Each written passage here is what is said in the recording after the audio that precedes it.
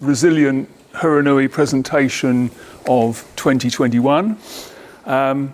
We're fortunate to be meeting in level 1, so we can circulate afterwards and have some refreshments if you so desire. Our speaker tonight is Dr. Nick Prince from Lincoln University, but also from Yorkshire, as I think he'll explain to you shortly. And I'll let him carry on with what he's going to present, which is the work that he's been doing with farmers in New Zealand, drawing on his own experience from the UK. Is that fair enough? Probably, just about, yeah. Okay. Over to you, Nick. Great, thank you very much, and thank you for inviting me along. We were supposed to present last year, but we got curtailed by COVID, so it's nice to have the opportunity to be back.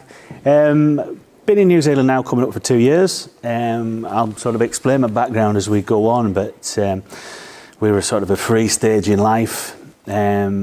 Sounds very easy, doesn't it? But we're in a position where we're sort of looking for jobs and thinking about doing things, and the job came up at Lincoln. So I'm involved in the diploma programme at Lincoln, diploma in agriculture. And I thought, I could do that job. This would be quite good fun. I could go to New Zealand and learn how to farm from the Kiwis. And here I am now, sort of teaching the Kiwis and involved in the diploma. So it's certainly very interesting for me. It's very interesting to get out as a British farmer to see how it's done over here. New Zealand farmers are always revered around the world for the way they do things. So yeah, I'm learning as much as the students are from me. So it's all very good. If I can make one, please.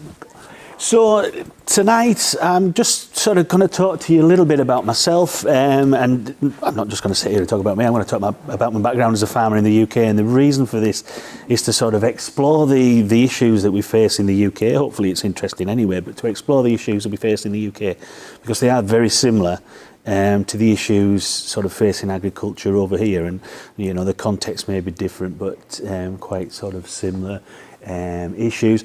Look at some of the work I was doing in the UK and how sort of promoting improvement, for want of a better phrase, and particularly around sort of public engagement and how the public perceive farming. We're around the globe, I think farmers are pretty much, you know, picked upon, for want of a better expression, by society for various reasons, and it's how we respond.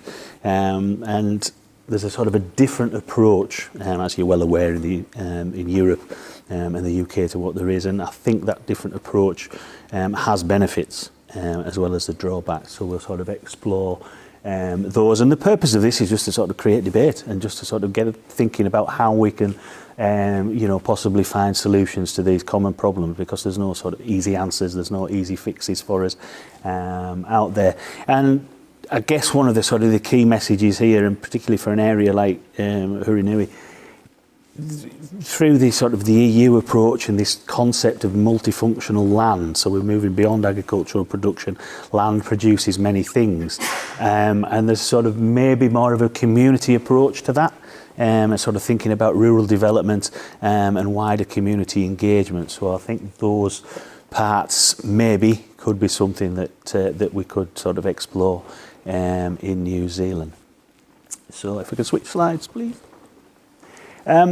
Just as a sort of a background to this, I'm a farmer who happens to be in academia. I ended up going back to study. I thought, actually, this is quite easy, and it fit in with the farming timetable. So I had time off.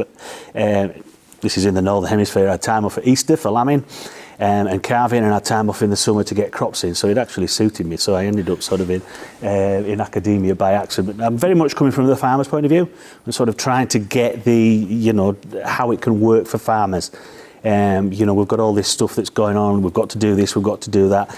But actually, how can we enact it on the ground, and what does it mean for us on the ground? And that's very much my approach.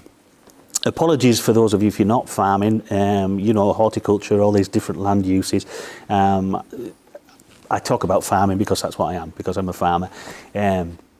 but this applies to all sort of land use issues. I think we've got to admit that there are issues there and we've got to address these issues, but at the end of the day the world needs food, and it's this sort of delicate balancing act between how we go about delivering this. And we can use land for many things, but there's got to be a reward there. There's an awful lot of investment that goes into the sort of the purchase of land, the running of businesses and what we do. So we've got to have a reward for it. An economic reward. It's not just sort of, gratification for doing something good. So I think that's very important. Please. Okay, so I'm going to start off just run you through my background in the UK. Next, please, Michael. Just to sort of start with, before I run through what I've got, this is my business back in the UK. We have 169 hectares, just under. It's high country land, it's hill ground, it's poor land, and we'll explore that as we go through. But these are last year's financial performance figures, so based on end of year April 2020.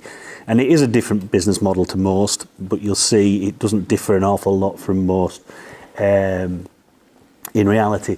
But just those are the sort of the percentage of the income that we derived over the last year of operation. And we own the land with a relatively small mortgage on it, and one of my friends is managing it. So it's essentially it's a share farming agreement. We split the profits between us. But our stock sales accounted for around about 15.5% of income. Our land-based subsidy was 45% of our income. That's the basic payment scheme as it was. So that's what the European Union pay all farmers for owning land and landowners, and there's various payments that you receive for that. So for just sitting here, I received somewhere in the equivalent of about 40,000 Kiwi dollars for just sitting here and owning that land. Agri-environment scheme, so this is promoting sort of environmental outputs, and there are a lot of management prescriptions with that. So we've reduced stock, and we have to do certain things, but we got 35% of our income from that. And then linked to that, we had capital works to carry out to be able to deliver these agri-environment outcomes. But we got funded for that. So we had to spend the money, but we got it back. So in terms of taxation purposes, it was counted as income. So that's the breakdown of the business income. I would hope it's very different from those that you guys are involved with. I think if you had 15% of your income from stock sales, maybe you'd be doing very well actually, but you're certainly much higher on percentage of income from stock sales. Okay, please. So, where's this business at? Those of you who know the UK, we're pretty much slap bang in the centre of the UK in the county of Yorkshire. Anybody been to Yorkshire? Oh, look at you. You're all converts already.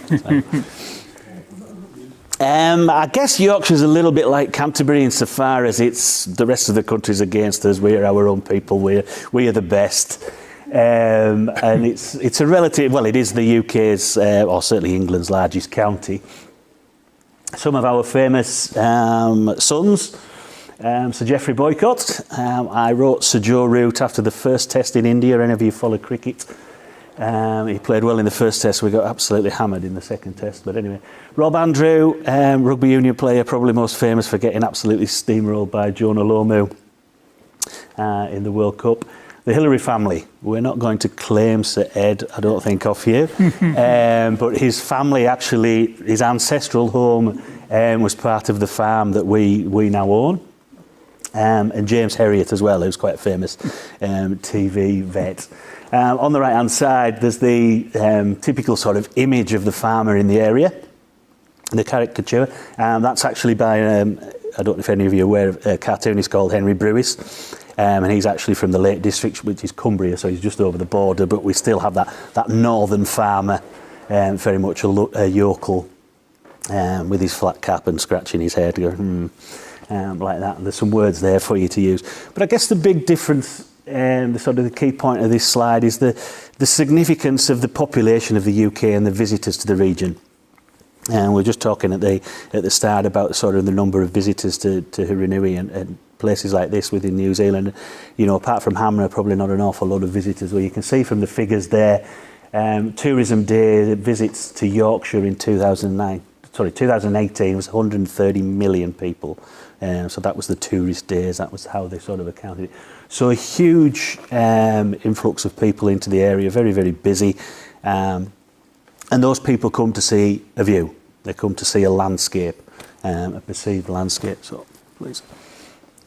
So this is kind of the typical image of the area. This picture here, it's not our land, but you can see the hill up on the left-hand side. You'll see that hill as we go through. That's where our land is. We straddle both sides of that. But the reason for showing this picture, in the foreground, you'll see the dry stone walls, which are absolutely synonymous with the area. We get funding for keeping those up, so we get funding for keeping our boundaries up. And then in the foreground, there's a traditional hay meadow. Now, this isn't a very good quality hay meadow, but you can sort of make out, not very well from that slide, but they're sort of species rich. And within some of these hay meadows, if it's a good one, you're getting 80 or 90 species within their individual different species of plants in there. And this is sort of what's being driven. This is what the people want to see. And so as farmers, this is what we are being driven to produce. You'll notice there's a few sheep over the wall. But there's been a continual decline in sheep. Any of you into your cheeses? The Wensleydale cheese is synonymous with the area. This is the Valley of Wensleydale. Any of you been? Any of you remember being? Viv's been. So we're quite famous for cheeses in the area. So next slide, please. It's not always sunny.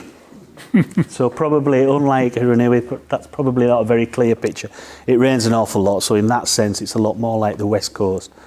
But whilst the last slide paid, and the landscape on the last slide paid, so does this one.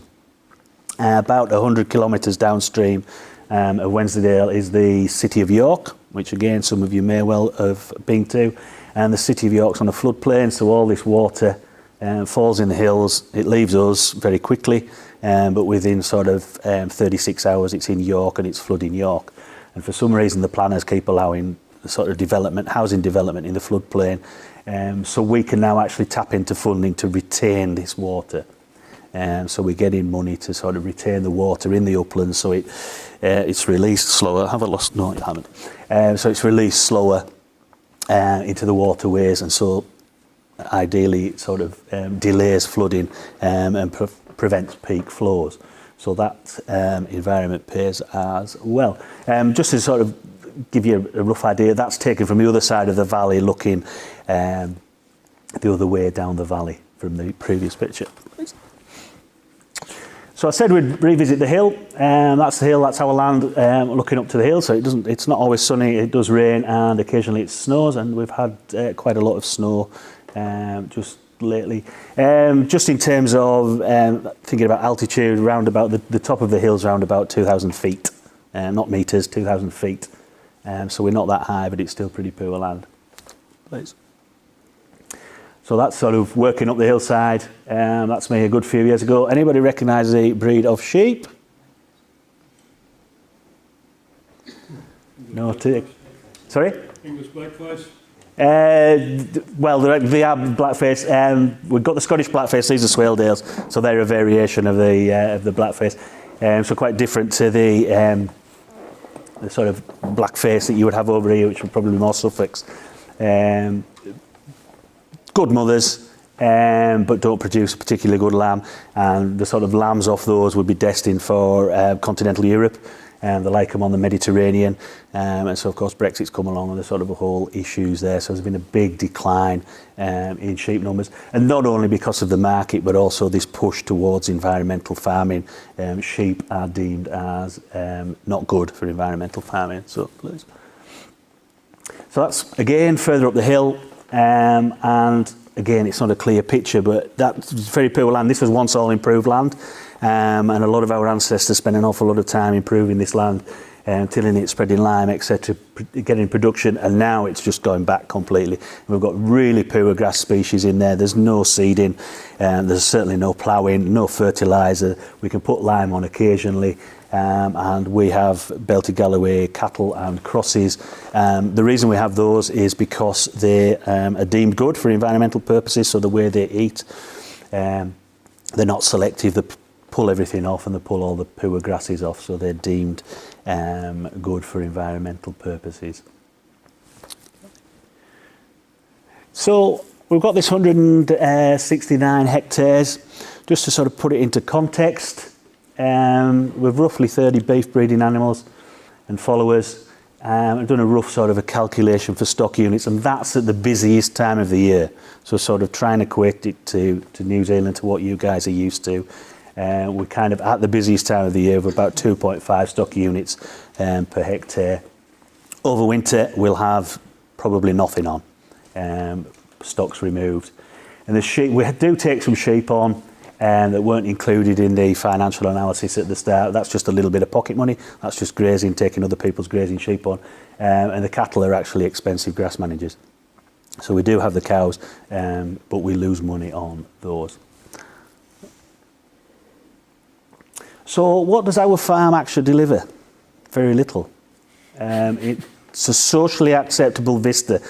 And there's this kind of big argument about, you know, for some reason somebody's chosen 1850 as this point in time that they want to preserve this vista and this environment. Why? I don't know. Because go back 300 years, the entire valley was covered in woodland, and it'd be used for hunting, wild boar and things like that by the monks.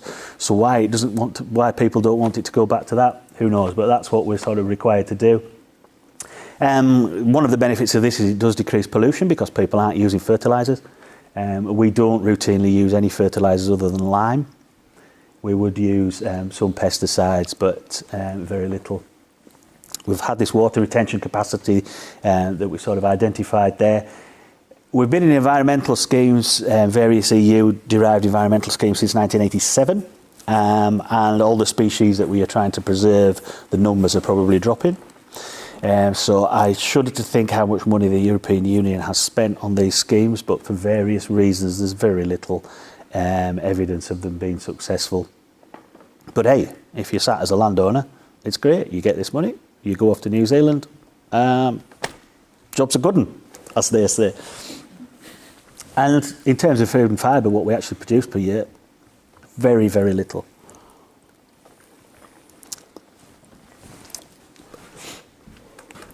So, changes in UK Ag. We've got this system, we've set it up, it's fantastic for me. We've got all these subsidies coming in, you know, it gives us a good income. My friend can farm it, he's playing about, he's doing other things. We're over here doing our thing. So it's all good, but there's changes afoot. So, you'll all be aware of Brexit, and I don't want to focus on it too long, but just maybe sort of a little touch upon it. They will change the direct payments. So the land-based payment that I showed you before that accounts for 45% of our income, that will be phased out by 2027. There's a new environmental scheme that's coming along to replace the one that we currently have, and that's where all subsidy funding will be promoted. There's a lot more emphasis on landscape strategies, so they're trying to sort of, rather than addressing environmental issues on each individual farm, they're going for a big big landscape approach to try and improve things across sort of different regions and different areas. This will result in more protected landscapes, which will probably ultimately be bad for farmers because there'll be planning restrictions and restrictions on land use and things like that. So that's where the strategy is going forward. So apologies for this. This is a bit of a complicated picture, and this is taken for sort of official stats. But what it does, it's showing the incomes from the different farm categories in the UK. It'll probably just be England, actually. So the different farm categories, so they're listed across the bottoms, they're broken down. So cereal, general cropping, dairy, grazing livestock, lowland, grazing livestock, uplands is the LFA bit, specialist pigs, specialist poultry, mixed production, horticultures, and then the last column is the all types of agriculture. What it does, it demonstrates the income. So if you're looking up the actual figures, if you pretty much double that, then it'll equate to New Zealand dollars, roughly. But it breaks it down into how the average income on those farms is achieved. So the grey section at the top is the land-based area payments, the basic payment scheme that I talked about. And you can see across most sectors that is the most significant part of the income. So that's been lost by 2027. The light blue bit is the diversified income. And I think there's a lot more diversification in the UK just through property. You've got these historic old traditional farmsteadings, and there's a lot more opportunity to develop those. And I think if I've got one criticism of New Zealand, it is probably that you knock down your old buildings too quickly. And so there's a lot of old buildings, a lot of stone buildings that are now being utilised for all sorts of different reasons. Because certainly within the UK context, living in rural areas is very desirable. Land prices, property prices in rural areas are very high, higher than the national average. So there's always uses for those additional businesses. And of course we can tap into tourism as well, a lot of bed and breakfast. We don't have the type of tourism that you do at sort of, say, Queenstown and Hamner. We've got more subtle, we're a bit more refined, not refined is the wrong word, sorry, a bit more scared probably. So we do horse riding, we don't ride around in jet boats. So we do those type of things. The little slither in the middle, the grey slither, that's the agri-environment payments. So I talked about those. And then the actual blue bit, the dark blue bit at the bottom, that's the income from production. So what we actually do. So pretty much all these farms are heavily reliant on subsidy payments, probably apart from specialist poultry. But you can see even the dairy farms, pretty much 50% plus of their income comes from non-produce related income. Real issues. And you see the two in the middle, the grazing livestock in lowland areas and in upland areas, which we are on our business, then those farmers are losing money on production. It's costing them more to produce their animals, and that's because we're overstocked. We're using continental breeds, so we're using limousines and all these things that are trying to, they're trying to calve these massive, great big calves. So we've got huge vet bills, we're doing caesareans, and we're shoveling them full of imported feeds.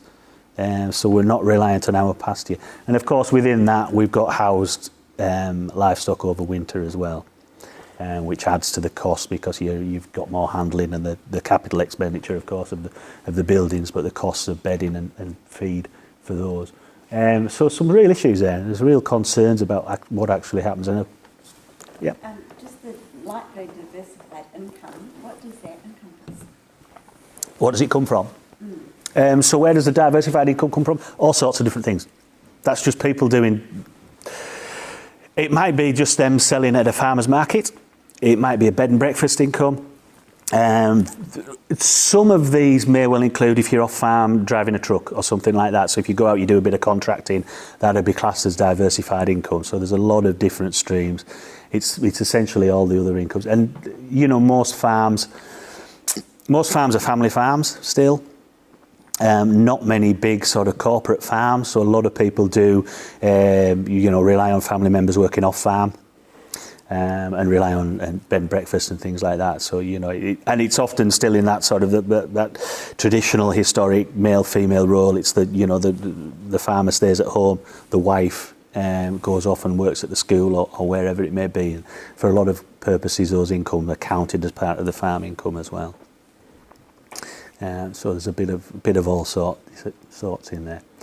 Some sort of real sort of worries. And then just to sort of finish off on this slide, if you look at the end one of the all types and you saw our business, it's remarkably similar to actually what the typical average business in the UK. So you probably looked at those figures of mine and thought, my God, what are these idiots doing farming? But actually, the average business in the UK is very similar to that example I gave. They have more of a diversified income than what we do because there's no diversified income. It doesn't include my income from New Zealand in terms of that. But yeah, we may have looked like we were a strange business, but the reality is we're kind of not far off a typical business in the UK. And that's completely across the board. There's some very good businesses out there, but there's a lot of not good ones as well. Okay, thanks. So, just a couple of points on Brexit. I thought there might be interest. Obviously, sort of trade deals and things going on. Sheep consumption, lamb, mutton consumption in the UK is plummeting. And I have, that's one of the reasons we don't have sheep is because sort of real concerns about where it's going in the future. And this just shows the consumption of mutton and lamb in the UK from 2006 to 2016. And it's pretty much halved. Well, it's over half. So people aren't eating lamb and mutton, and there just isn't a market there. Ironically, right now, because of Brexit, because of COVID, lamb in the UK, and because of the season, it's the end of the season, lamb is at a record price, for the farmers. So it's quite bizarre, but long term, it'll be interesting to see what happens. Next, please. Again, this is a complicated picture to start with, but this just shows the exports and the imports of sort of sheep, or the sheep meat trade in the UK. And the reason that Brexit is so difficult is because the system was so complex. You've got products going in and out of the UK into Europe, into Ireland, and it just all swishes about and slops about. It's crazy. And actually, our exports of sheep meat account to 95.7 kilotons, and our imports are higher than that. So we're always seen as a sheep exporter. The UK is seen as a sheep exporter, but we actually import more sheep meat than we export, which is quite changed. And I guess the worry for New Zealand is that only 17% of that meat comes from the EU, so the majority of that meat comes from New Zealand. So if there is a sort of a change to nationalism and local products, and people start engaging with local meats, then it might have knock-on impacts for New Zealand, but at this stage we don't know. This is dairy industry. Again, this is just milk going in and out, and the shipping liquid milk out to Europe, bringing cheeses back in. It's just a crazy system that they have. And we talk about climate change, we talk about these things. So this is just crazy how it all works. But the UK deals in a liquid milk. We're dealing in the liquid market, so we're more interested in litres than kilograms of milk solid. And again, this is just a breakdown of what the UK exports and to what it actually imports. And I guess one of the things with the EU, the milk powder market is sort of very small and very insignificant, so probably less impact on New Zealand than certainly the sheep meat industry. One of the problems here is that I think there's a lot more control from farmers within New Zealand, and you may not think that, but certainly compared to the EU, then you've got these multinational companies that are sort of dealing in it, and their priorities don't lie with the small-scale farmer. So milk prices in the UK, despite the sort of the quite strong position at the moment on the global market, the liquid milk price that UK producers are getting is pretty low at the current time. So, okay. Any questions at this stage? Sort of hopefully. So the liquid milk that UK exports to Europe, I assume, can they replace that with powdered milk back from New Zealand? Potentially. Again, it depends how it goes. There's enough milk in the UK. The UK is a big enough market to take what the UK produces. Right. But because the companies are in charge and not the market, if you like, then they're doing all sorts of strange things with it. And the Tesco's and Asda and Sainsbury's, the supermarkets have an awful lot of power. And the Irish producers, they're sort of a lot more on the ball and buying into processors. And so the Irish have sort of got this strong processing contingency, and so they're looking at how they can do it. And there was talk, and I don't know how it's gone because I haven't kept my eye on it, but they were starting to buy up English processors or processors within the UK, so they could still sort of continue their processing and continue their market. So there's sort of big changes. But no, there should be enough milk, liquid milk floating about that it wouldn't need to be replaced by powdered milk. Yeah, it's just, to me it's really strange that you would export liquid milk. I mean, no, it's not as far as New Zealand Yeah. has to export, but there's so much water that you're exporting. Absolutely. It's crazy. You see these tankers flying around. It's ridiculous. Yeah. So when you go to the supermarket, do you have say a quarter of their locally produced milk and then the rest of it's European milk? Or is that how it works? There is To a certain extent, the big supermarkets will have a buy British. So you get your milk and you get your story about your producer on the back of it. So particularly Tesco's are quite good at that, as they're the biggest supermarket and they're quite good at that. So they're selling the UK brand.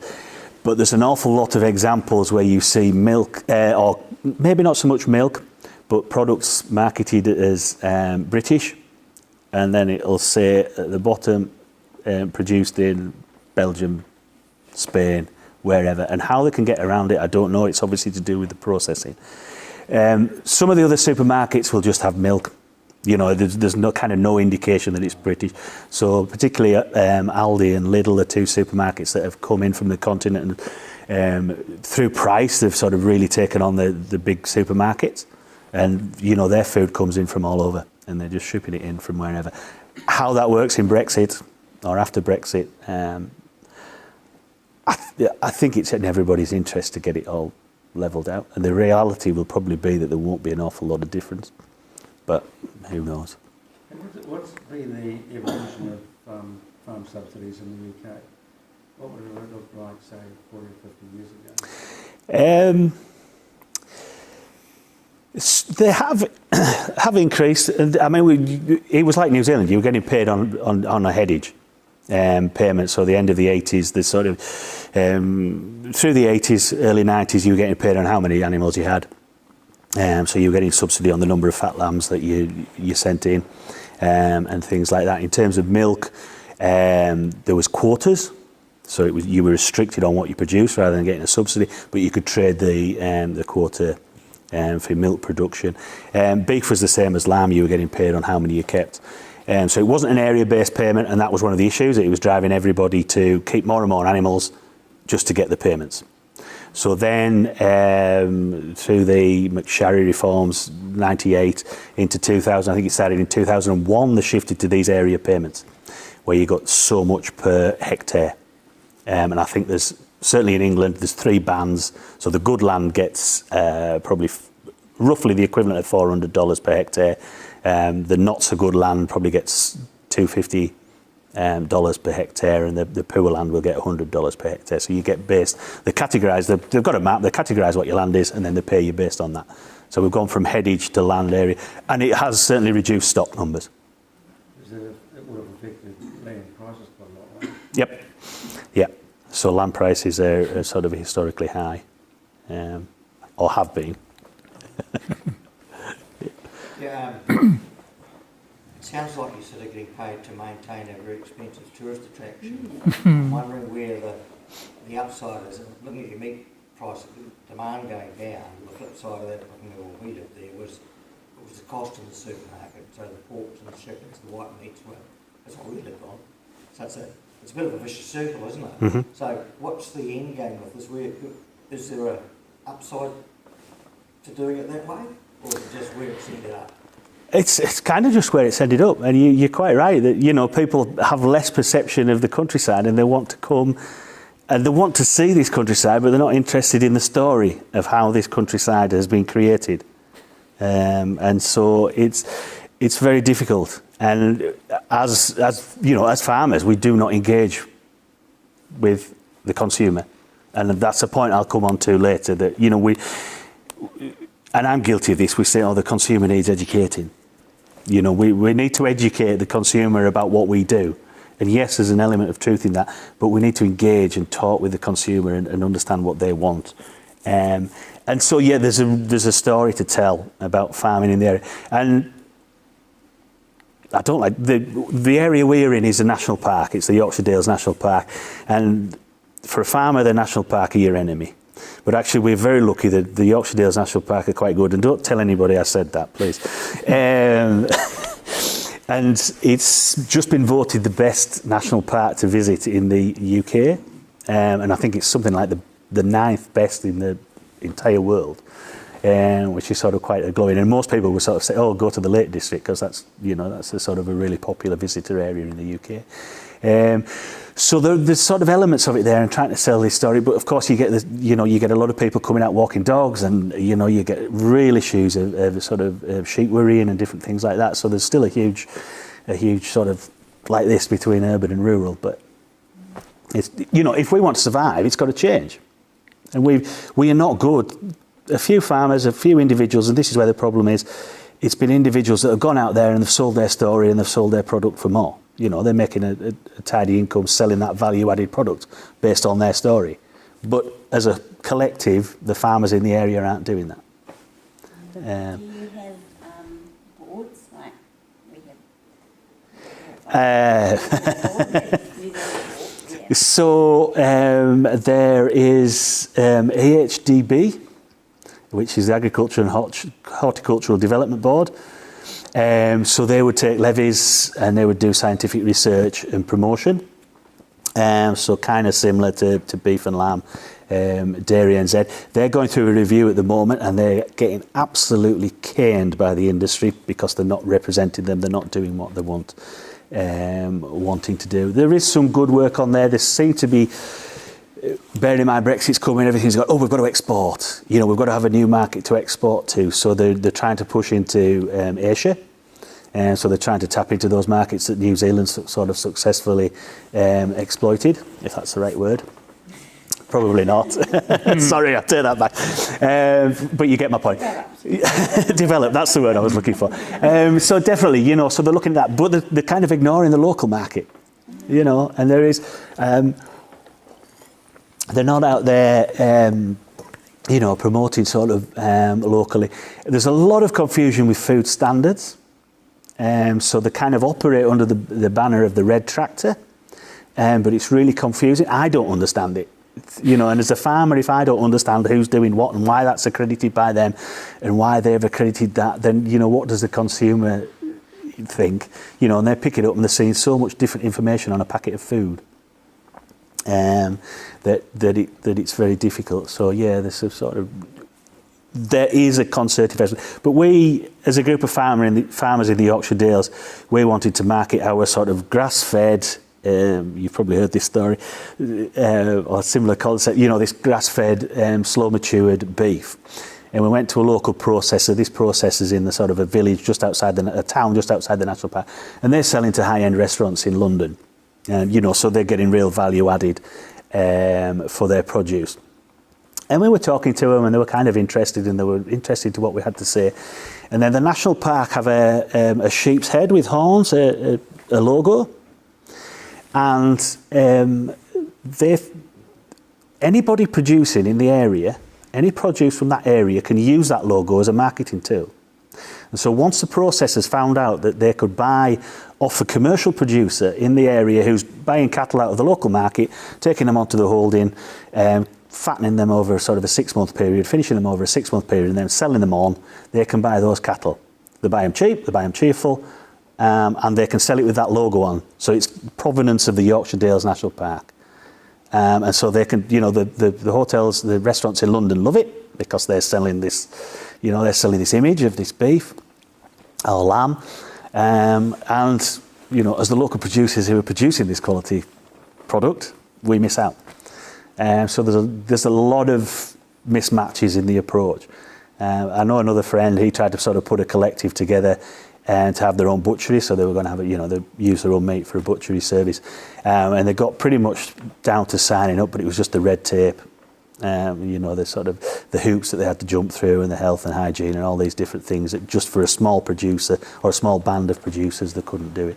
So we are lacking that sort of concerned effort, and it's been tried a number of times, and probably because of the strength of the supermarkets and the power of the supermarkets, it kind of, at some point it will come to an end. Because the supermarket, yep, we'll have that product, brilliant, we've got this story, and then the price just gets wound down and wound down. And so the producer just gets pushed and pushed, and then, yep. You haven't used the term, but you've been talking about niche marketing. And of course, when everybody does it, it's no longer a niche. And so it becomes common, and the price reflects that. So, you know, there's only momentarily, there is an advantage, a financial advantage for whoever's first on the train, and then suddenly it just, we've suffered that numerous times here with meat and wool, niche marketing wool, and then suddenly somebody comes along and just becomes mainstream. Yep. So, you know, it's not the panacea. Absolutely. Yeah. No, I would certainly agree. And we had sort of other conversations, and I was working on a scheme to sort of try and get farmers to work together like that. And I said, "Oh, I've been talking to such and such down there," and they were like, "No, we're not going into any scheme with him because he'll just be able to up production, and he'll kick us. He'll take over the contract and he'll kick us out." So yeah, that being able to it's only a niche market for so long. Hey, with you being a farmer in Yorkshire, is this system an incentive or a disincentive for you to look at animal performance? The system we run, Well, you see, you're making most of your money from subsidies. Yep. Your livestock performance is bringing 15%. How do you feel? Are you incentivised to look at production? not through the system that we have. It doesn't, it's kind of irrelevant to us whether we have 70% calving or 90% calving. At the end of the day, and obviously we maintain that basic, the health and welfare of the animals. They do spend an awful lot of time out on the hill. We don't see them that often. So there can be sort of issues there. But this entire subsidy system that we have has not promoted farm efficiencies. There's no efficiencies in the businesses. And that the slide with the income from the breakdown of the income and the actual income from produce. So no, there's nothing like you guys are doing. And it's coming. They're sort of bringing it in. And focusing a lot more, and that's why with Brexit, everybody is going, "What are New Zealand doing? Have New Zealand done it?" And everybody's looking here. So if it wasn't for COVID, you would have a huge influx of UK farmers coming over here to see what you guys were doing and how you were going about it and how you get those efficiencies, because everybody thinks that's the answer. We're still struggling with our sheep to a certain extent. But in Europe, presumably there's no incentive to be efficient. No. And there won't be in the No. near future either, foreseeable future. No, in our system, the less calves we have, the less money we lose. So it's we're not interested in pushing that. But Europe's been running a subsidy system for a long, long time, haven't they? Yeah, and that's a really interesting thing. We've been in it since 1987. The environmental schemes, we've been getting payments alongside that. Can we gear up and go out and be efficient? And the land is so far back that we couldn't. It'd take us a lot of inputs. So not only are we getting less income, we're also having to put more inputs into the land to sort of step back up the production. And you'll have all the environmental issues Yeah. in today's world. Absolutely, yeah. So What's the rationale? Because as we drove around the UK, there's hundreds of thousands of hectares of intensive cropping right beside a country like yours that's effectively retired back to native. Yep. So where's the rationale in terms of the carbon footprint, the nutrient loss, the sedimentation loss, all those things are acceptable in the cropping situations, but are not in pastoral farming, which has the lowest environmental footprint of any agricultural Absolutely. activity. Could you back up a slide? Back to the... if we go back to the income side, a lot of the environmental schemes have been aimed towards that one. Yeah, thanks. So the cereals, and general cropping, a lot of the environmental schemes have been focused on those producers. So they look big flash farms because they've had a lot of subsidy income, and that's been one of the issues sort of surrounding it, that they've got the productive land that can grow, yet they're also getting the income. So sort of trying to retire land and retire land around watercourses, field boundaries, headlands and things like that, to take them out of production to try and stop it. So there has been an attempt to do that, but some have engaged, some haven't. Still vast areas of Absolutely, yeah. intensive cropping. And you may well have heard a few years ago there was a case to try and set up a dairy farm in Lincolnshire. So Lincolnshire's on the east coast, it's prime arable land, it's dry, and a company got together and they wanted to establish sort of a 4,000 or 5,000 head dairy farm. And it was turned down because of various reasons. Essentially it was NIMBYs who didn't want a dairy farm. The argument was that they wouldn't be able to look after the cows. There was too many cows to look after. These are, this is the general public. This is their perception of it, and so every television program you saw was going out to America to look at what they do and what the health and the welfare of their animals is. And it made perfect sense to have a dairy farm in an area like that. You can grow the feed, you can get rid of the waste, and it can go onto land that will use it, that will utilise it much better than in some of the wetter pastoral areas. But because of public pressure, it was canned. So whether that comes back with production, when we lose subsidies and that type of idea, I'm sure it will at some point, because there's real issues around a lot of the areas that are dairy are very wet areas. You need rain to grow grass or irrigation. So yeah, sort of real issues there. Well, just have one more question on that slide. We've got the gross income and we've got the categories of income, but we don't have the cost, and net income. No. Net profit. No cost of production, yeah. And that's, so that's just as you say, so what those are, I can't tell you on that, but other than, these guys that are on grassland areas like ourselves, they're losing money, just what they're paying. So it must be incorporated, I hadn't actually noticed that, it must be incorporated in some way within there, but it's not obvious because you're right, it does say income rather than profit. Yep.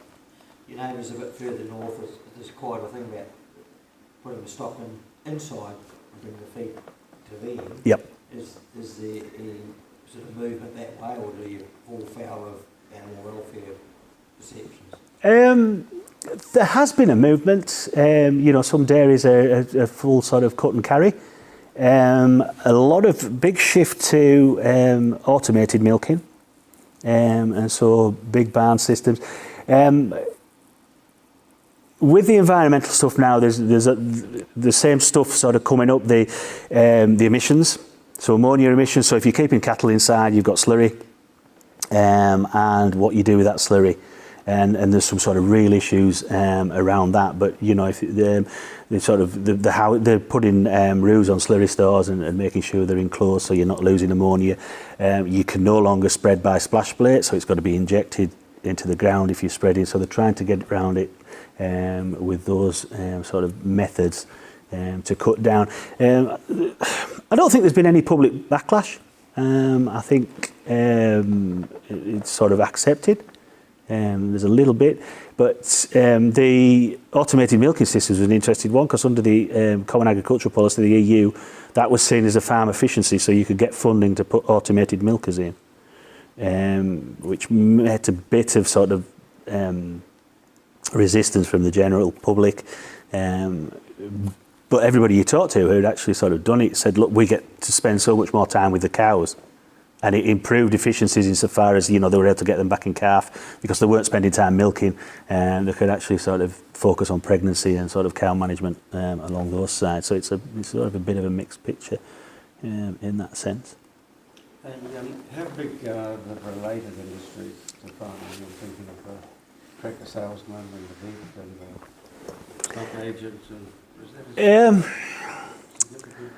there's been a push, so there's the sort of the abattoirs sort of slowly amalgamating and becoming, and as I say, they're often bought up by Irish processors. A lot of foreign money comes in, Irish and Danish particularly, sort of coming into the processors, getting stronger links with the supermarkets, which isn't necessarily a good thing. Still a significant reliance on live auction marts. So livestock going through the auction marts. They had a wobbly spell, particularly around foot and mouth back in 2001. But since then, they're actually quite strong in sense of that. So you've still got a lot of auction marts out there. Sorry, I've lost my track a bit there. We're talking about processors, weren't we? Pretty standalone, like service providers. Yeah, and in terms of you've essentially got a few businesses that have got bigger, and they're slowly buying up the sort of the support services. So the local one around us, it's probably had about 5 or 6 incarnations in my time, and it kind of covers the north of England. And they now sell machinery, whereas 10 years ago they used to focus on animal feeds, animal health. and now they're pretty much everything you want to buy. You can go in there and just buy it all in one go. So they're fewer. In the big picture, the support for the farming industry is at a significant level of the British economy. No. It's, be 1% of GDP or something like that. Food processing, and this is where, depending on how you twist it around, food processing is probably something like maybe 8 or 9% of GDP, so quite a significant area. But that food processing is generally a long way removed from the production. So it's it's multinationals that are coming in and doing it. It's owned by the big players rather than the farmers, and it doesn't have those links to the farmers. And of course that includes quite a sort of a big, ready-made meals and those sorts of things. That's kind of included in there as well. So in terms of the economy, and I think before the Conservatives made the noises before Brexit, but I mean agriculture has just been used as a pawn because it's really not significant and it's not high. They think they can get food from anywhere. So we're not valued. So you touched on earlier how the farmers perceived over there. How are they perceived?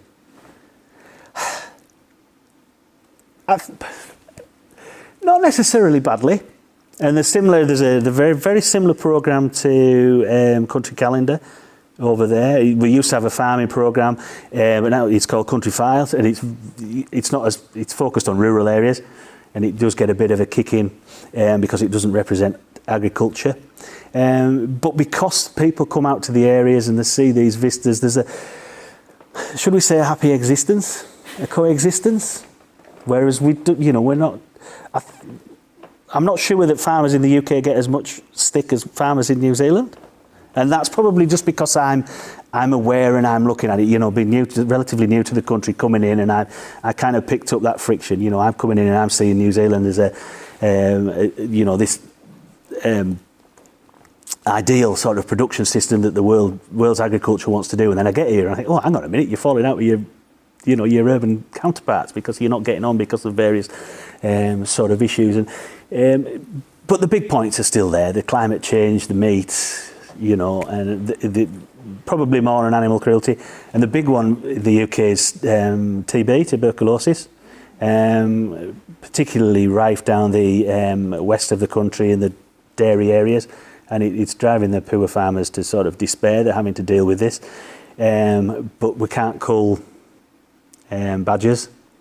Any of you are Queen fans? Brian May has been very vocal in his objections to culling badgers, and so we can't sort of go there. And they're quite happy to the cows be taken away and slaughtered, but we can't kill badgers.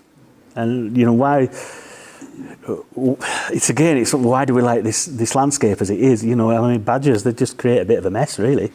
So they're digging up and they're loosening riverbanks up and causing a bit of erosion here and there. So there's sort of no rhyme and reason in it. But the general public have latched on to badgers, and so we're never going to eradicate TB, and it's just slowly spreading out. So it's a difficult relationship. So between urban and rural, you've got a much bigger urban over there.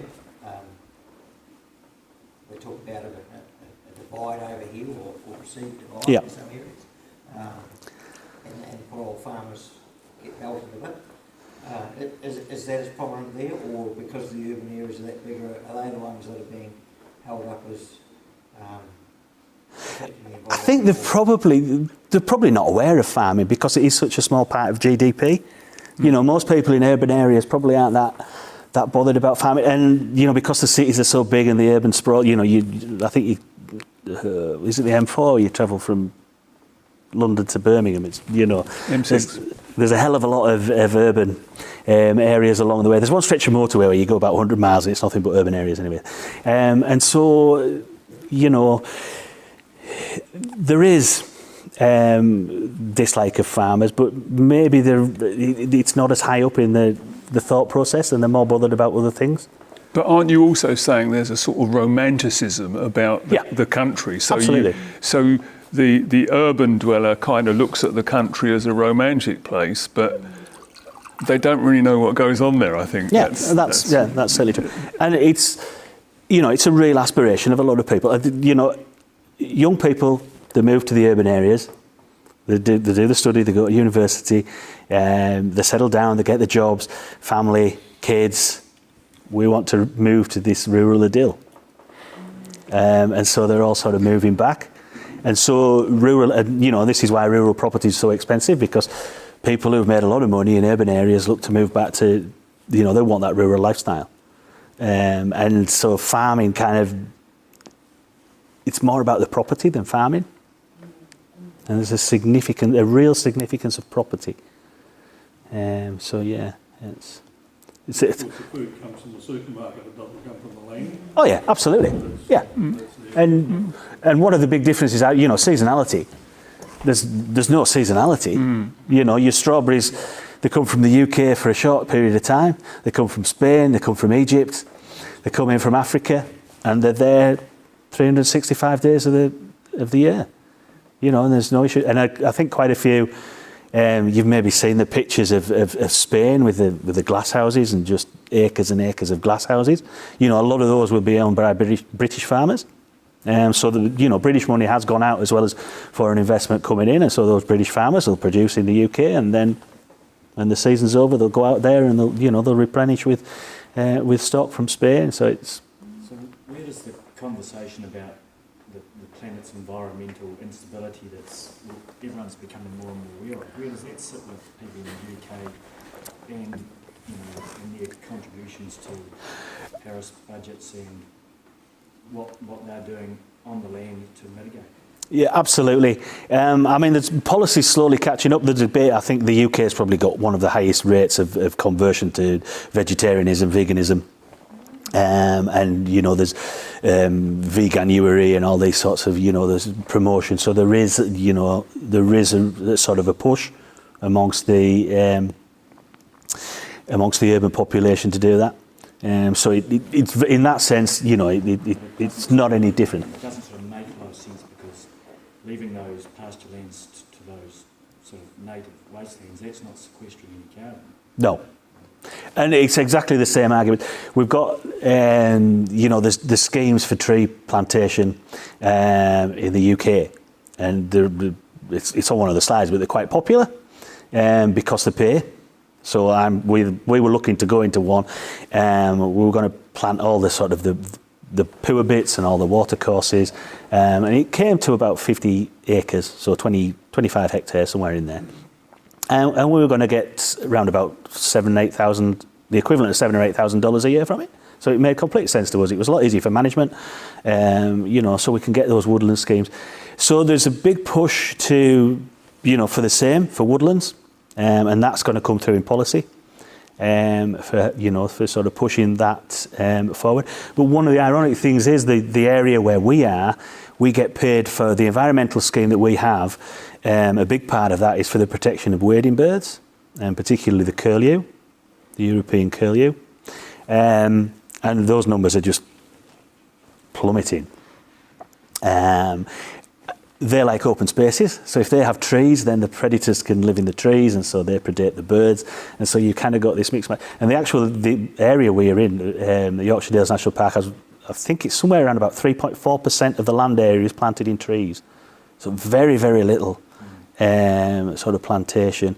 You know, you've got a few woodlands up the watercourses, but that's pretty much it. A few commercial forestries, but they were all planted in the 60s, 70s because they got subsidies to do it. They got left, nobody wanted them, they were practically giving them away. But the last 10 years, then, you know, there's a timber market out there now that can... What about the word biodiversity? Does that ever enter the conversation? Absolutely, yeah. It's all the stuff we do, it's all about biodiversity. You know, and natural capital...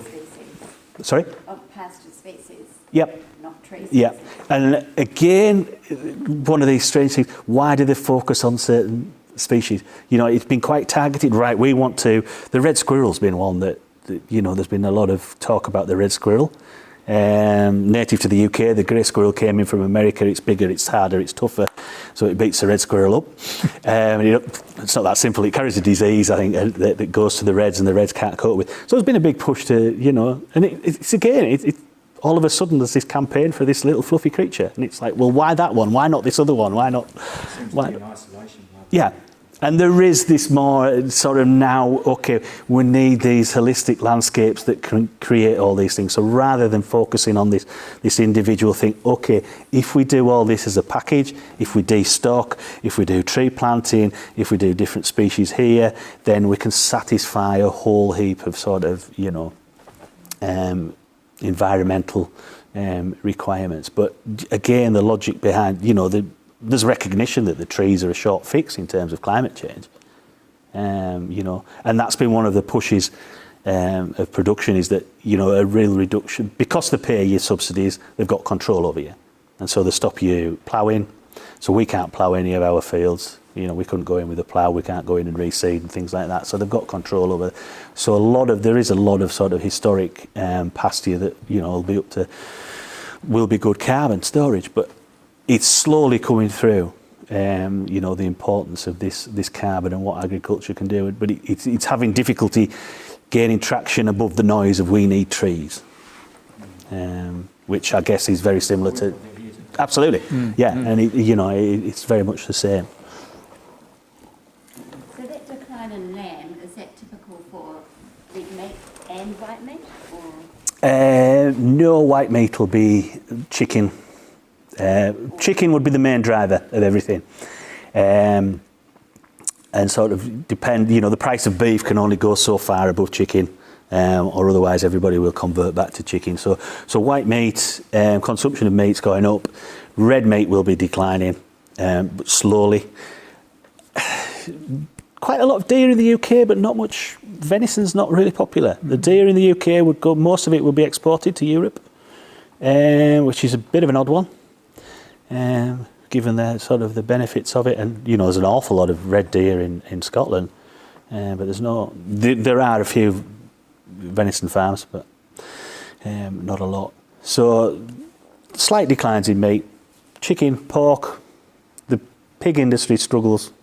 It kind of ticks along at a level, but I've actually more experience of the pig industry in Scotland, and they kind of declined maybe over the last sort of 20 to 10 years ago, so that sort of time period, and then the producers actually got together in Scotland to get a processing plant, so they have a bit more control of their industry, the pig industry in Scotland. In actually parts of Yorkshire, right across on the east coast, out near Scarborough, if any of you have been, quite big pig areas, outdoor pigs, on good arable land, and they're growing the crops there for them, and the manure's going back in and everything, so that's it. From what you come from there to what you can see here, got some hot tips for us, or possibilities of things that might work over there? Right, so it's good because we've had a good chat, but we kind of talked about a bit of what I want to go into, which is absolutely fine. Because that was kind of the bit I was going to come on to, and I'm not going to give you any answers, but I'm going to sort of highlight some of the things that we were... Hang on.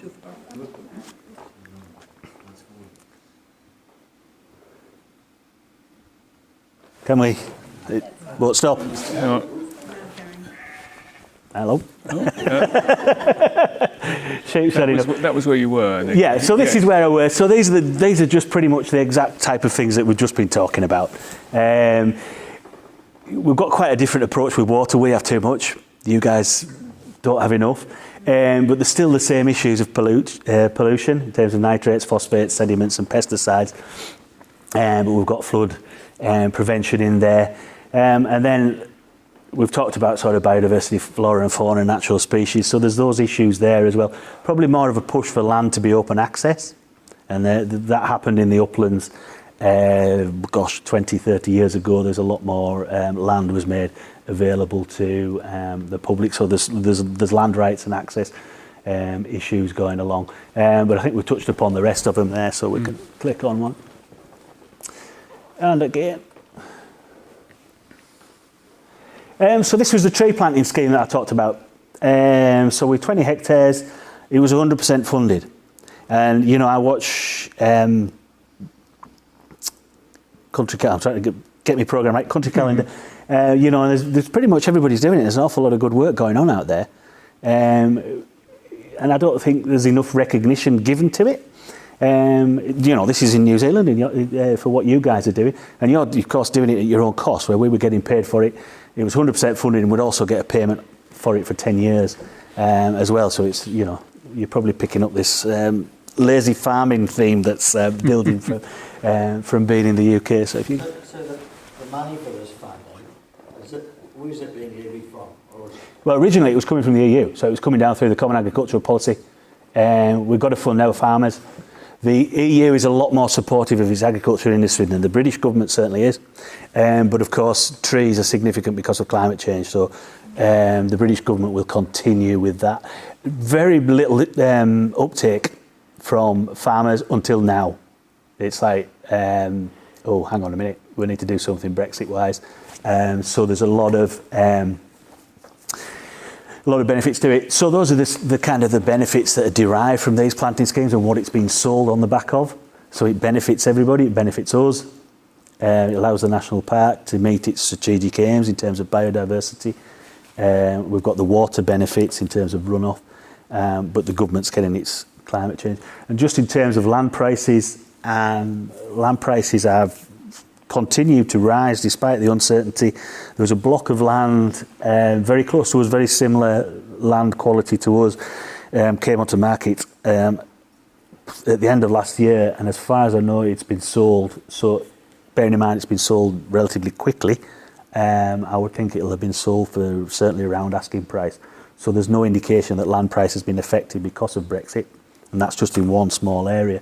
And I was talking to an agent not long since, an agent in the UK, and he's, because of this popularity of tree planting and the funding that you can get from it, and carbon credits is something that we haven't really got into. It's there, but it's probably not understood. And I don't know how you guys feel about the sort of the carbon credit things. It is very confusing, very daunting.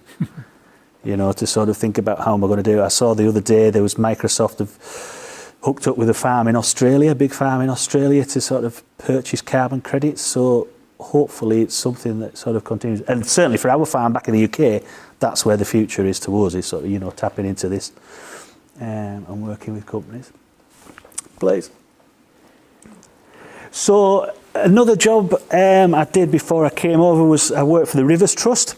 And this is a national organisation that basically each of the main rivers has a rivers trust on it, and it's essentially a body of concerned fishermen.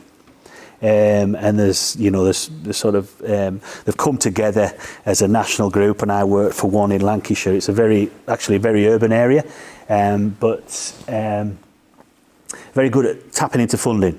Particularly the National Lottery, so the equivalent of Lotto. But they also work with the utilities company, so the water companies will fund. The area I was working in, it was a small, not dissimilar in sort of size to Hurunui. No, slightly smaller, sorry. But the water company had an issue with one of the waste treatment works, and on occasions it flooded. And so the waste flooded out with the water. And rather than build a new waste treatment facility, it was cheaper for the utilities company to work with the farmers and to fund the farmers to do sort of incremental improvements on their farms. And the combination of those incremental improvements sort of compensated for the issues with the water treatment plant, which is quite bizarre. But they were allowed to do that. So it was great for the farmers because they were getting slurry stores, were roofed.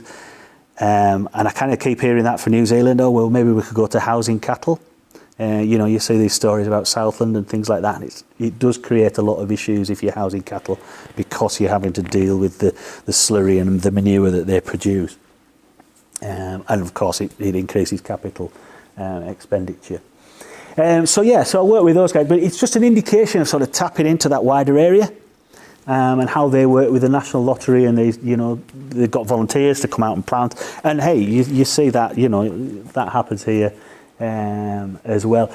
And I guess the good thing about this was, there was a lot more people starting to understand. So we've talked about this sort of the urban population understanding agriculture, and through processes like this that are driven by interested organisations, then the general public becomes more aware of what's happening.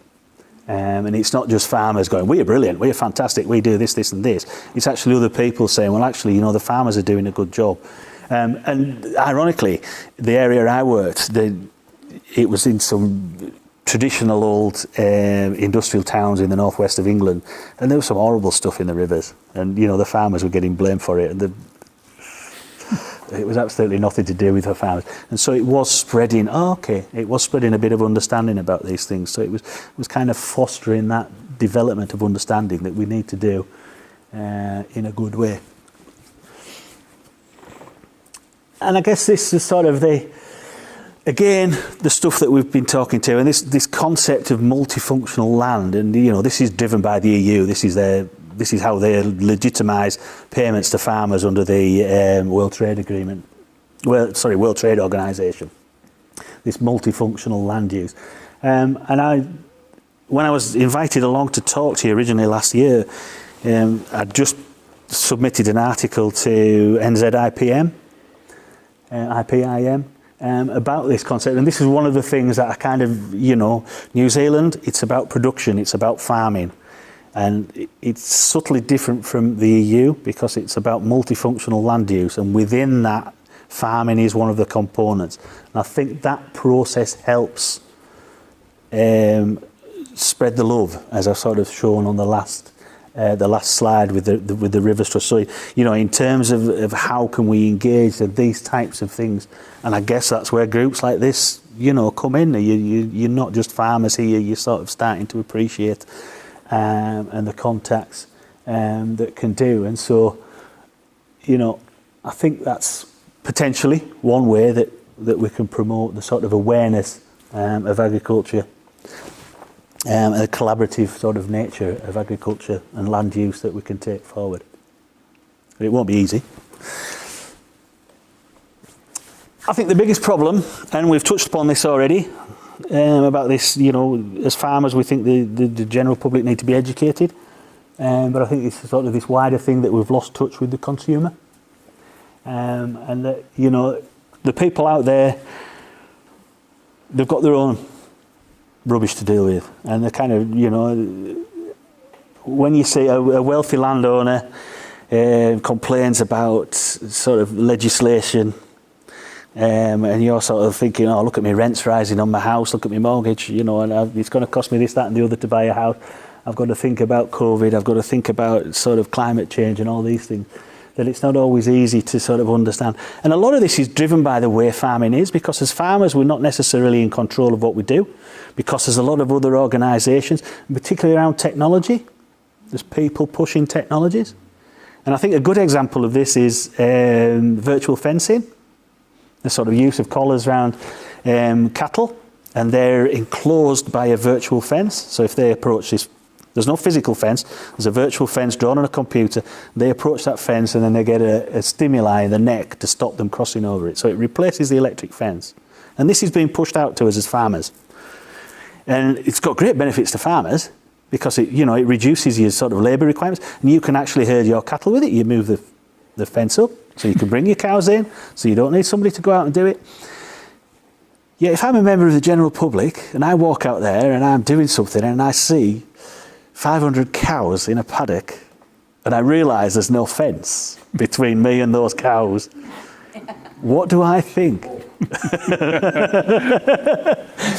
And that's not been driven by the farmer. This technology is being sold to us, and the company who is developing that has very defined sort of objectives, and they're selling it based on the farmer's needs, and they're not thinking about the general public. And so we're sort of, we're sort of told we've got to engage with technologies and use this to improve efficiencies and all those sorts of things. Yes, it can do it, but at the same time, there's this kind of a consequence to that there's informing the general public that actually these cows are contained and they're not going to run over and inquire what you're up to and things like that. So there's sort of issues there in this sort of process as we go for.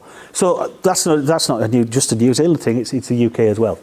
We need to sort of retain our social licence to operate by engaging with people more. Do you think that the farmers have lost touch with the consumer, or the other way around? Oh, definitely both. You know, when we were smaller, Yeah. everybody would have a aunt or a cousin or someone was out in the country on the farm. Yep. Whereas now, as the urban areas get bigger, that connection's lost a bit. Definitely, it's both ways. And I don't think it's the farmer's fault. But I don't think anybody else is going to do anything about it.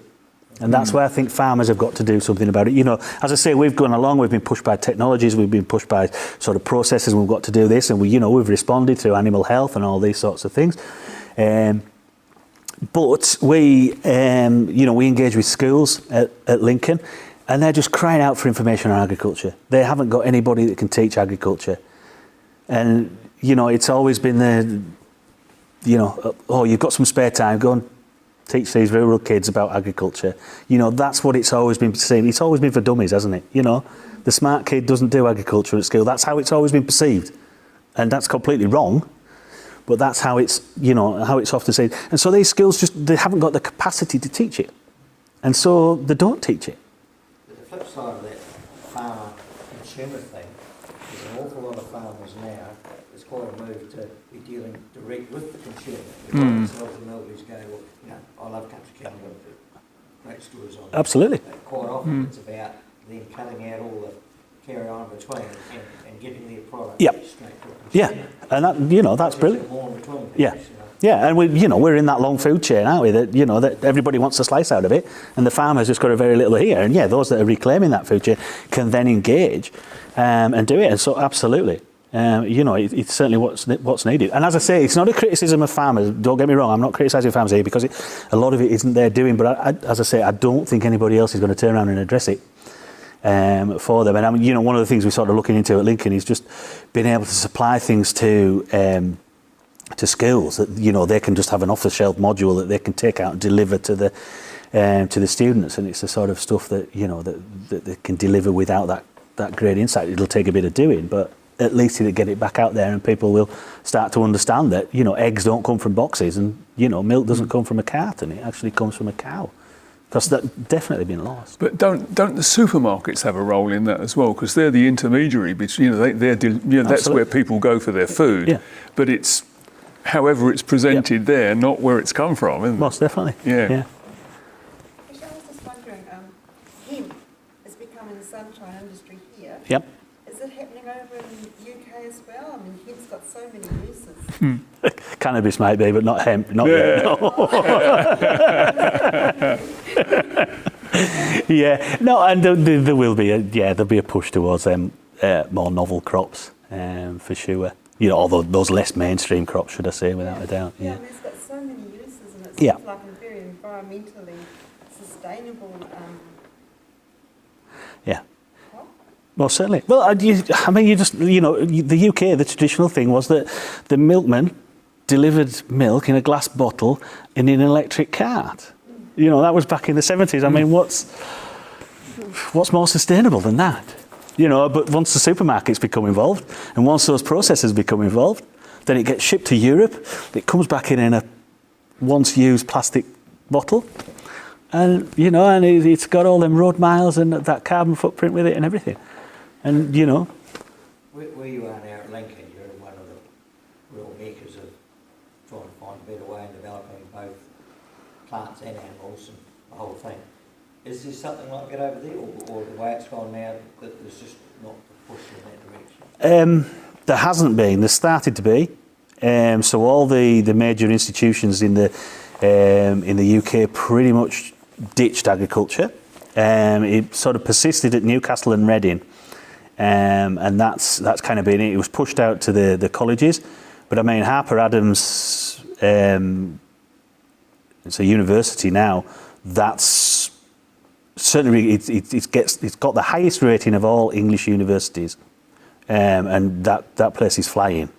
And that's agriculture. The University of Edinburgh, they've gone back into it. They've always sort of been in the veterinary side, and they've maintained that. So the veterinary side, the animal health side was Liverpool and Edinburgh, but Edinburgh have gone back into sort of agriculture now as well. They've just sort of moved back into that. So there is this push. But in terms of research, it's been very much like we had traditionally was ADAS that used to do the government research, and now they're just a privatised company that just do sort of research wherever they can get it. So there isn't that sort of emphasis on research that there once was. So hopefully that'll come back through as the sort of, if Edinburgh and places like that start to come back into it. Having said that, quite a bit of that's on a sort of a global context. So the sort of the global sort of food chain rather than sort of specific production in the UK. But the equivalent to, I guess, to Lincoln back in the UK would be Scottish Agricultural College, which is now the Scotland's Rural College, they call themselves, and they're kind of similar. They teach, but they do the research as well. So there is a little bit going on there. Struggles for funding. And they do similar work to what Beef and Lamb and Dairy NZ in terms of efficiencies and figures and benchmarking and all those sorts of things. QMS, somebody mentioned about, sorry, I'll come back to you. QMS, Quality Meat Scotland, they do quite a lot of promotion. Now, I mentioned AHDB. QMS in Scotland, they do quite a good job of promoting meat and livestock. Sorry. Is there any concern in the UK or Europe about the change in growing populations? I've heard that more coming from places like America, politics as it has been, and COVID and so on. But is that something that's discussed in here? No, it was mentioned as part of Brexit, and I think, I can't remember the quote, I think Boris Johnson came out with a very flippant quote of basically, well, if we need food, we'll import it. He said, if we need food, we'll import it. Something along, I can't remember, but it was something along those lines. But as we sort of saw on those slides, we export, but we import. And so it's just a crazy system. And actually, when it all settles down, it's all been shaken up right now. And when it all settles down, it'd be interesting to see actually how, I think we're something like 46% self-efficient in food or something in the UK right now. When it all settles down, what that'll actually be, and it should rise. And a lot of that's seasonality for vegetables and things like that. You know. I think it was about 46, somewhere like that. Yeah, so very low. But I heard on the radio this morning that New Zealand feeds another 400 million people. Absolutely. New Zealand. And that would be my concern about you say New Zealand can't produce beef and it can't produce dairy products. Well, where does that production go? Because then 400 million people need that food. And then where does that production go to? And that's the point that people aren't picking up, in my opinion. They're not. Imagining the effect, with that carbon footprint, the fuel and that involved in shifting that stuff around, exporting, importing, up and again. Yeah. Must be ridiculous. Yeah. But there was the research done at Lincoln that said you can get meat from New Zealand into London with a lower carbon footprint than you can get meat from the UK into London. But that's because it's grass. A litre of milk produced in New Zealand can be landed in Ireland cheaper than a litre of milk landed into Dublin produced in Ireland. Yeah. Cheaper carbon, a lower carbon. Yeah, a lower carbon footprint. Yeah. It's because they're grass food. Yep, pretty much. Yeah. And that's what. And that's what the system's created. And they all talk about, farmers being the problem. It's not. It's food producers being the problem. And food producers don't get. Farm machinery, maybe years ago, can be shifted out of Ireland into the Pacifics, over here, because of subsidies and sold cheaper than what we can make it here. I drive round. Flip side to all. Yeah, I see Ifor Williams trailers and Marshall muck spreaders.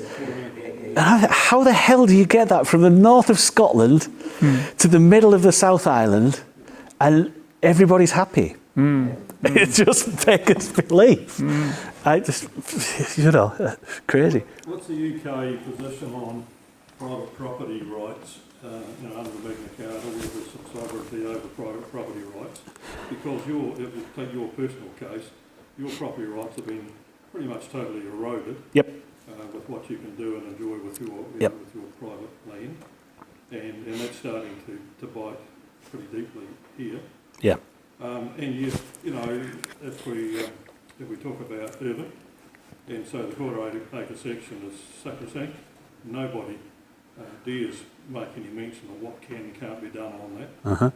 Once you've got the consent to, to build a dwelling, whatever.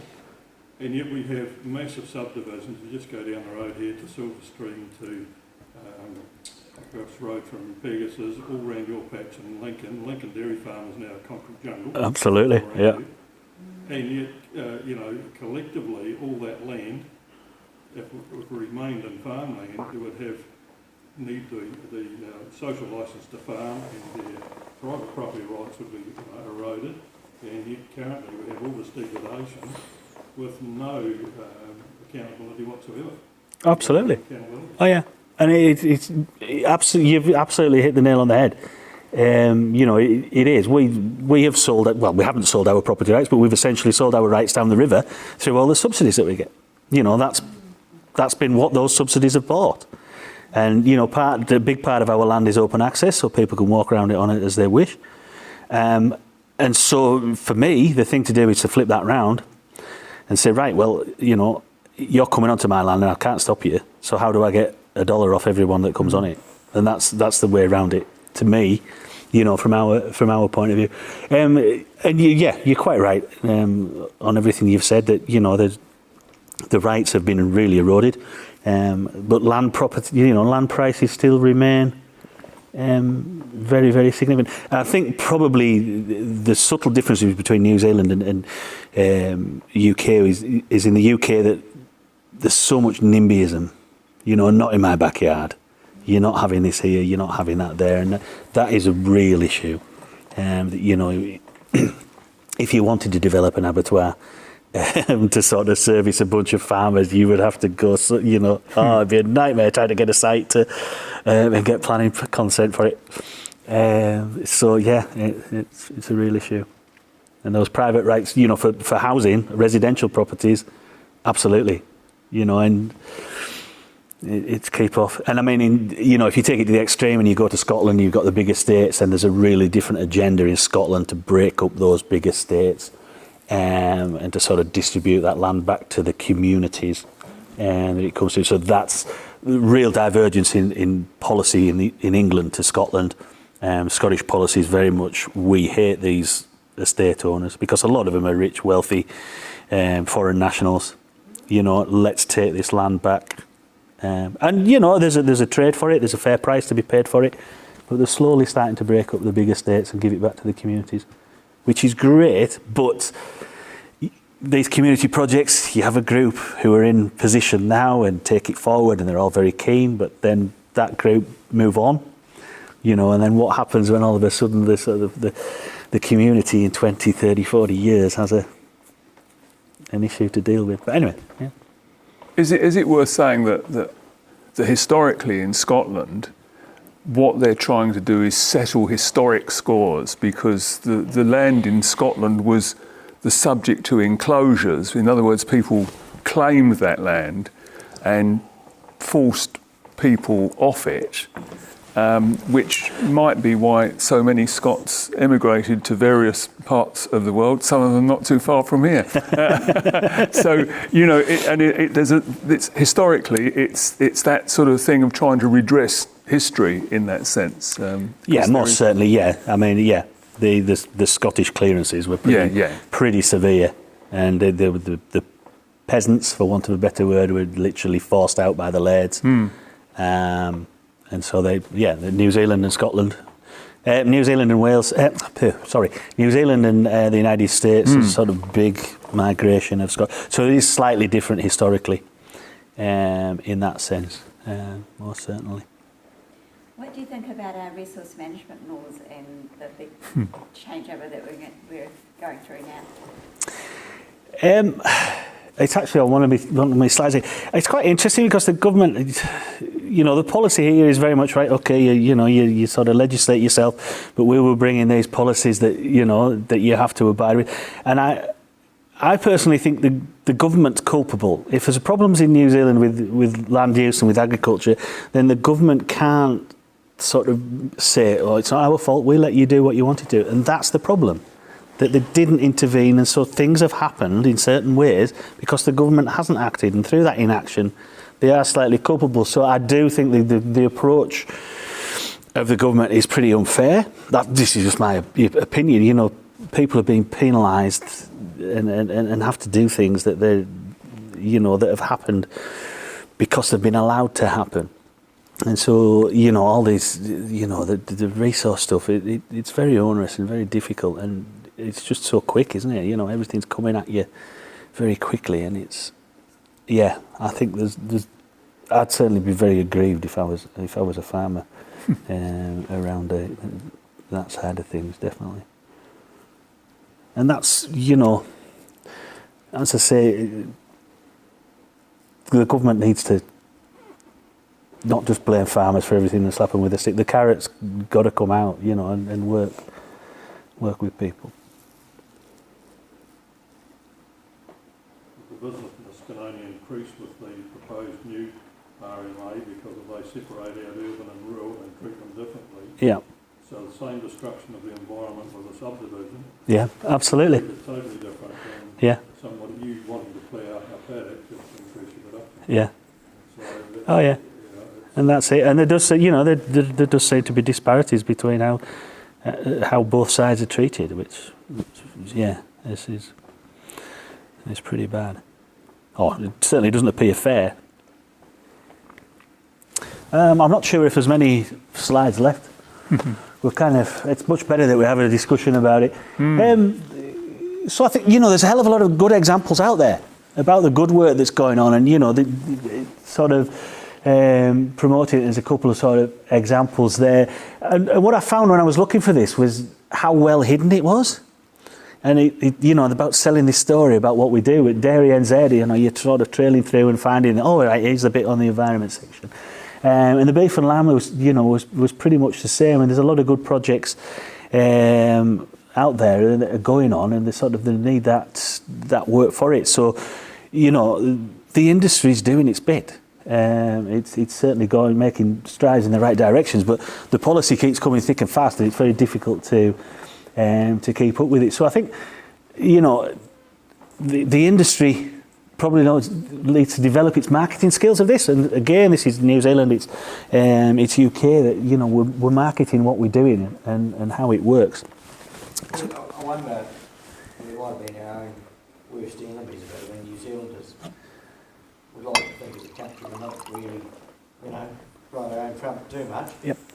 But particularly the rural sector, the farmers, that typically probably just get on with the people, and if they found a better way to do something, they're not racing off to be in the paper and tell the world about it. They just get on with it. Yeah, absolutely. They might have almost tripped themselves up.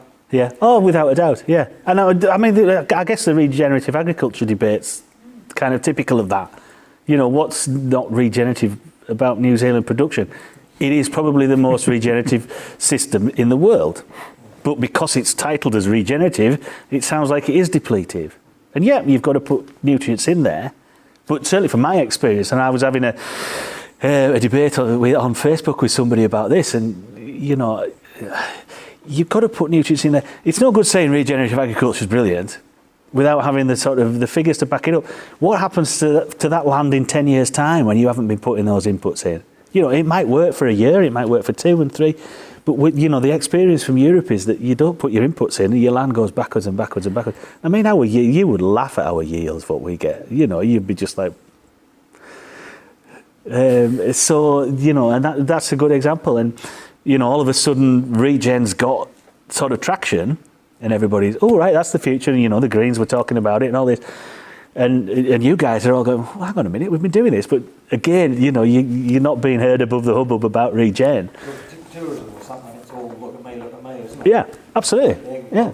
And that's why perhaps programs like Country Calendar and whatnot, I just think they'd like to make it more of that sort of thing. That it's telling the good things that are happening out there. Yeah. My only comment on that would be, is it focused enough? It always seems to be, on Country Calendar, it always seems, we've got this story, we've got this farming. I don't know if it focuses enough on the farming, and I understand why they don't do that, but I think there could be more of the farming.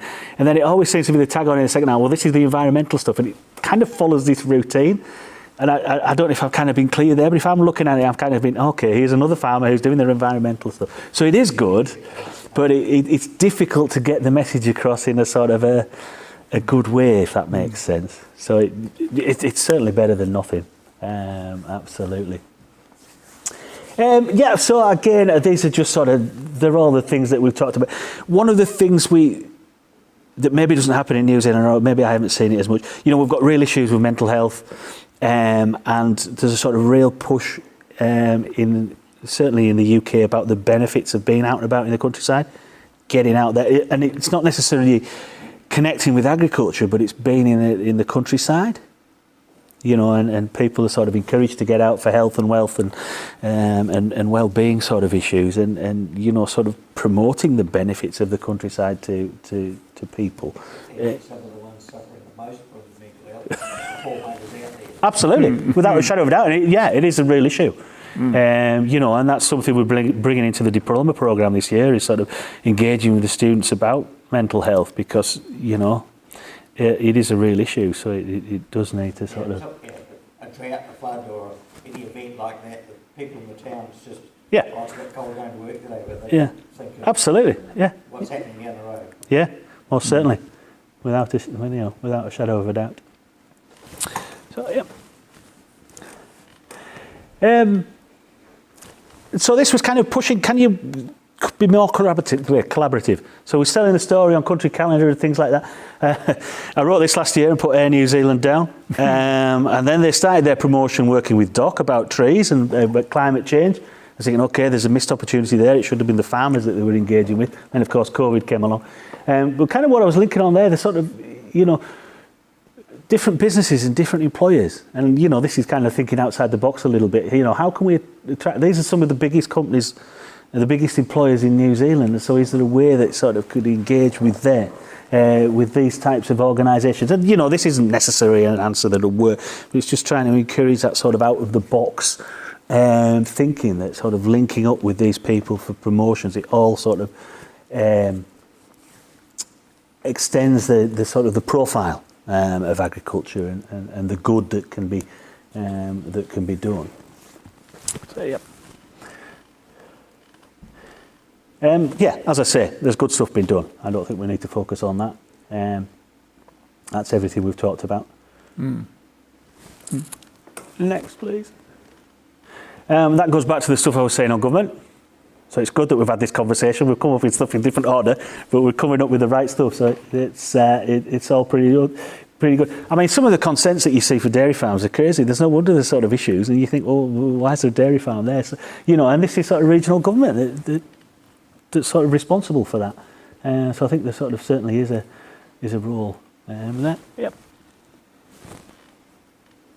Yeah. So that's what we've discussed. How have we done time-wise? You've done very well, actually. You're on extra time. The comment there about government inaction is not necessarily, well, there's probably an element of that. There's also their action, because over the last 50 years, the science provided by government, central government, has driven agriculture development to what it is today. Yeah.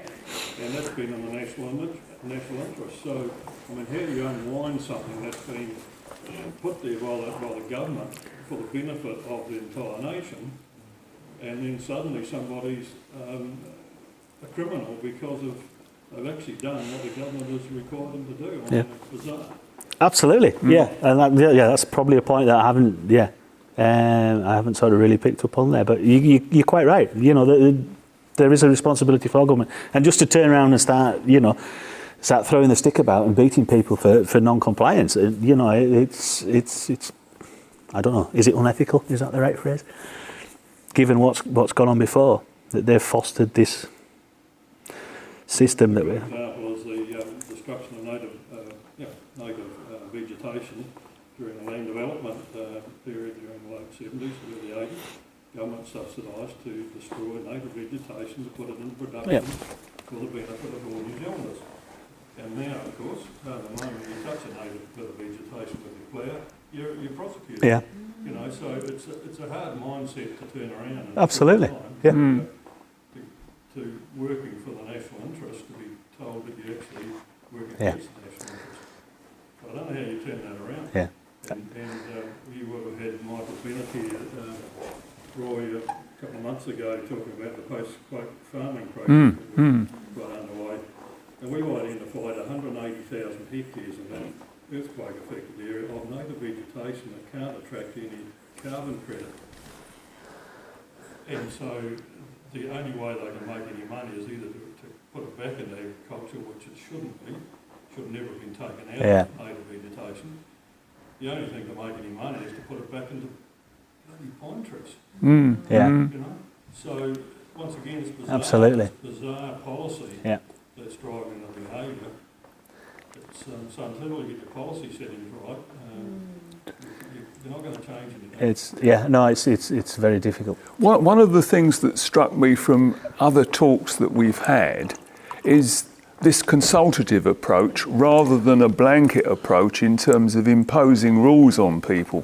Once you start to negotiate with people in terms of what the best outcome might be, it's a slower process, but you're more likely to get a more satisfactory outcome than having a blanket rule that says, you can't do this, you must do that, this is the best thing to have, where in that particular location, it might not be. But if you talk to the landowner, they might have a very good idea what the best solution would be, but it needs that time, if you like, and that effort put into that, which is harder, but the outcome at the end will be happier for everyone concerned. But that's people have talked about that have come here, and that's what came out of it. Service given to the right tree in the right place, kind of thing. Yeah. Talking about. There's only been lip service. It hasn't been delivered in policy, so you're still confined to single species.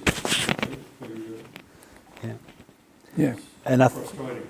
And that would certainly be a lesson to take from the EU, the UK example. The latest environmental scheme, they've always been the environmental schemes that we've had have been really prescribed. You must do this, you must do that, you can't do this, you can't do that. Now the one they're coming up with, and they haven't implemented it yet, but they're talking about it seriously, is to actually say to the farmer, okay, we want to produce this, we want to maintain this biodiversity, so these birds, these mammals, these plants. You preserve those, we'll pay you. And that farmer, that landowner will be paid on the results over a 5-10 year period. If they maintain the biodiversity, increase it, then their payments will step up. So they get rewarded for what they actually produce. And they can do it however they want. And that will come in. Which will be, from a farming point of view, will be brilliant. So that would be working because Birds that you're talking about that are declining. Yeah. Because some species travel a lot, so there could be protected predation. Exactly. In areas Yeah. that it's affecting. They do take that into account to a certain degree. So whatever you're doing might be fantastic, but because they're migratory birds and something happens to them while they're migrating, that won't necessarily impact. So there would be more sort of indicator species. So they would say, right, if you want to maintain a habitat for these birds, then you need 10 species. And so if you provide those 10 species of plants on your farm, then irrespective of whether the birds actually come or not, which is beyond your control, so there will be the sort of ways around that. But that's that's been a long and painful lesson. And 1987 was what, 35 years ago. I don't know. We've had probably $1 million in payments since 1987, and in terms of the actual benefits of it, negligible. And in the meantime, your farmer in South America is just like the match as we speak. Yeah, absolutely, and that's the bizarre thing. Yeah. That's probably my point with food security. If you keep pushing it out to poorer countries, Yep.